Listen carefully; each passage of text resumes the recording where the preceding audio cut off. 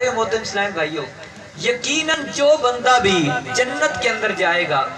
وہ محض اللہ تعالیٰ کے فضل و کرم سے جائے گا۔ یعنی اگر کوئی بندہ یہ سوچے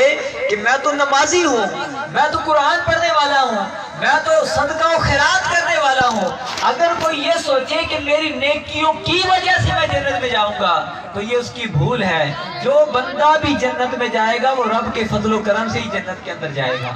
امام غزالی رحمۃ اللہ علیہ لکھا،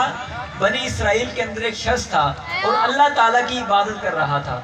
عبادت کرتے کرتے اس کو عرصہ دراز گزر گیا اور اس کے اوپر ہر وقت اللہ تعالیٰ کی طرف سے ایک بادل سایہ کیے رہتا تھا۔ اور بندے کا گزر ہوا، وہ قریب سے گزرا تو اس نے دیکھا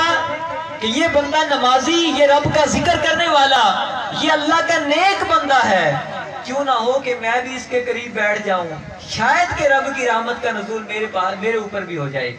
یہ بھی اسی بندے کے قریب بیٹھ گیا۔ اب جب یہ بندہ بیٹھا تو جو بندہ پہلے بیٹھا تھا، جو مقبول الہی تھا، اس بندے کے دل میں یہ خیال پیدا ہوا کہ مجھے تو صدیاں گزر گئی رب کی عبادت کرتے کرتے، بدکار یہ گناہگار یہ میرے قریب کیوں آ کے بیٹھ گیا۔ اب اس کو کیا ہوا، اس کو عبادت کے اوپر تکبر آیا، اس کے دل کے اندر غرور پیدا ہوا، بادل کا ٹکڑا دور ہوا۔ اللہ تعالیٰ نے وقت کے نبی کے اوپر وحی بھیجی کہ چاہ دو کہ وہ بندہ جو اچھے گمان کے ساتھ اس نیک بندے کے پاس بیٹھا کہ اس کی برکت سے رب مجھے بھی معاف کر دے گا، اے نبی اس بندے کو جا کے پیغام دے دو کہ تیرے اچھے خیال کی وجہ سے، اچھی نیت کی وجہ سے اللہ تعالیٰ نے تیرے پچھلے گناہوں کو بخش دیا ہے۔ اور فرمایا جو بندہ